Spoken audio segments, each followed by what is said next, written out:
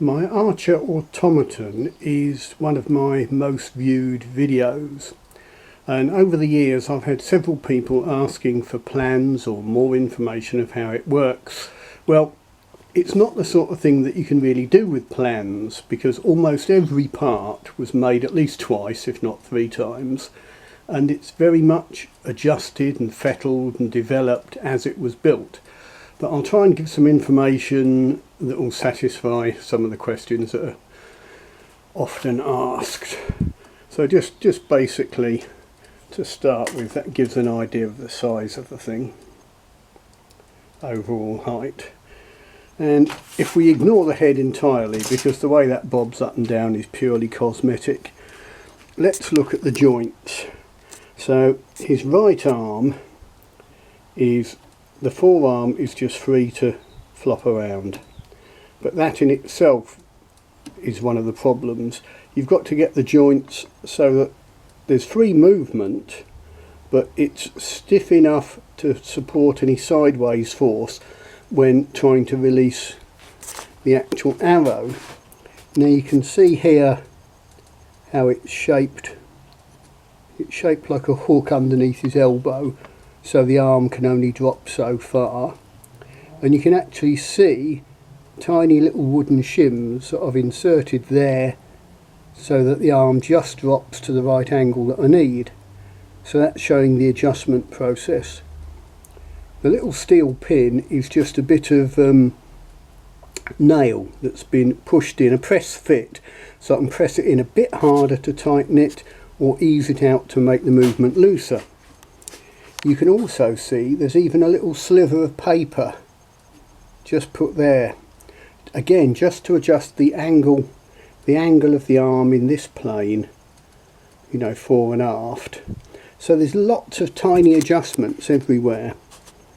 If we look at his finger, it's on a bit of copper, and it's a bit of bent copper wire with an awful lot of adjustment trying to get that right, just so that as the arm goes forward it will hook under the string and catch the arrow. But let's stay with his arm for the minute. Let's stay with his right arm for the minute. The upper shoulder joint is again a fairly large nail, bent at the back to form the operating lever, and it's held in place with a wooden cap that forms his shoulder and two screws, a bit like the way a main bearing would be on an engine crankshaft. So that's pretty much his right arm. But if we rotate and look round the back, so you can see that's just a bent nail, comes up through the operating rod with just a bit of wood on the end to stop it sliding off. And if we follow the rod down, you can see the number of holes I made in the end of the operating rod to get it to work correctly. So there's 1, 2, 3, 4, 5, there's 7 holes.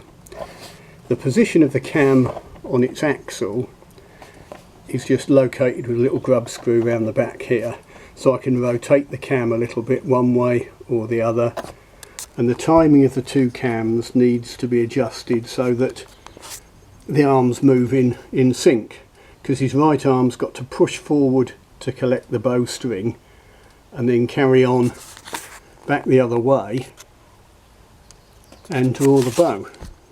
So I don't know if I can actually demonstrate that. So in this way, and yeah, his left arm goes forward. It would collect the arrow, but there isn't an arrow on the string, and then it carries on round and comes up, and it sort of gets to the point where he's going to shoot. But the main operation of pushing forward and then coming back comes about because the cam is up near the top, so it's going up, up, up, it goes over the top, then starts coming down, down, down. So his right arm reverses, it pushes forward to collect the string, then pulls back. But it's all just about the timing of the two cams, and again on this one you can see multiple holes, and there's multiple holes on the cam as well to try and get it right. So that's pretty much the right arm. If we look at the left arm, you'll see there's joints and bits added on here basically so this bit doesn't poke up above his shoulder.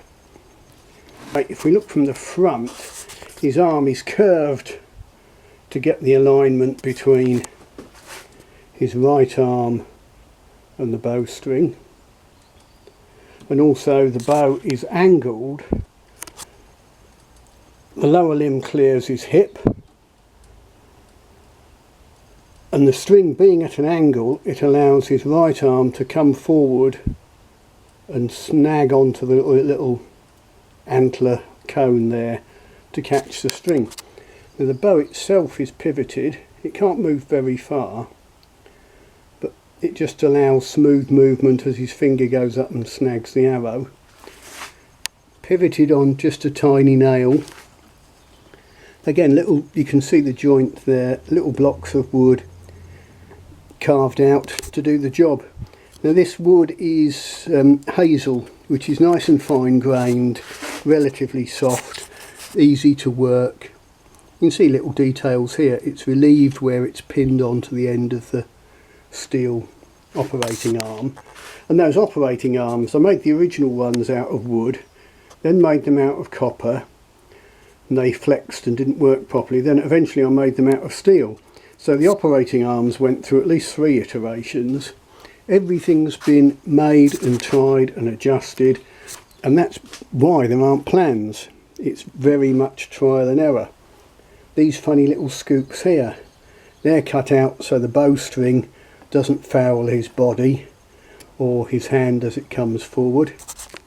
And then one of the two hardest bits are getting his finger to snag onto the little antler cone there, and then as the string comes up, for it to catch inside this bit of copper and slide the string off his finger.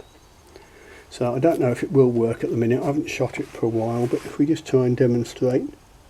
Again, the arrow hooks on, it's got a proper knock, and it hooks on just below the knocking point and rests on his hand, which is another good reason for having the bow canted, so you can see the arrow sits on the back of his hand as it would for a real archer.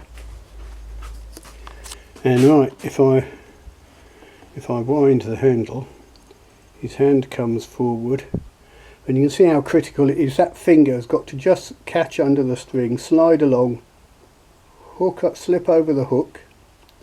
Oh no, it missed, you see, so let's go the other way. No, it's not going to do it. So you can see how fiddly it is. We're just a fraction of an inch out.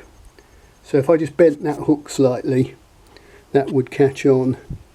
But for the purposes of this demo, there, I've just hooked it on. We carry on turning. And having gone forward, see it goes forward, I keep turning, it carries on back. And now he starts drawing the bow. And the action of drawing the bow allows the bow to pivot slightly, and as it comes up the string will eventually catch on that bit of copper wire, and as it comes up high it will slide it off his finger. Now I don't really want to shoot it because I'm going to lose the arrow if I do that, but you see the principle. Let's just pan out. I suppose if I shoot at the wall I won't lose the arrow, hopefully. Let's carry it on rotating, and the string slides.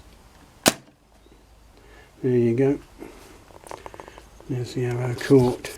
So if we carry on rotating and see the overall action, I rotate, his hand goes forward, catches the string, or it would do if the arrow was on it. Then as the cam goes over the top, he's now coming back. Left arm's free to pivot, and if that was on the string it would be up here somewhere. That's about it. I hope that's helped some of you. There's nothing really clever, it's just an awful lot of adjustment. I mean, little bits of paper and shims and a lot of fiddling, and it's down to understanding how the mechanism's actually working and making fine adjustments to get the desired result. A lot of people these days don't actually understand what's going on when they look at even a simple mechanism, because although this is simple in theory, there's an awful lot of variation. Oh look, there you go, there's actually 3 pivot holes for that arm. So if you count the amount of different pivot holes I've made for the various functions, it shows a lot of time and effort's gone in there. Anyway, hope that's been of some help.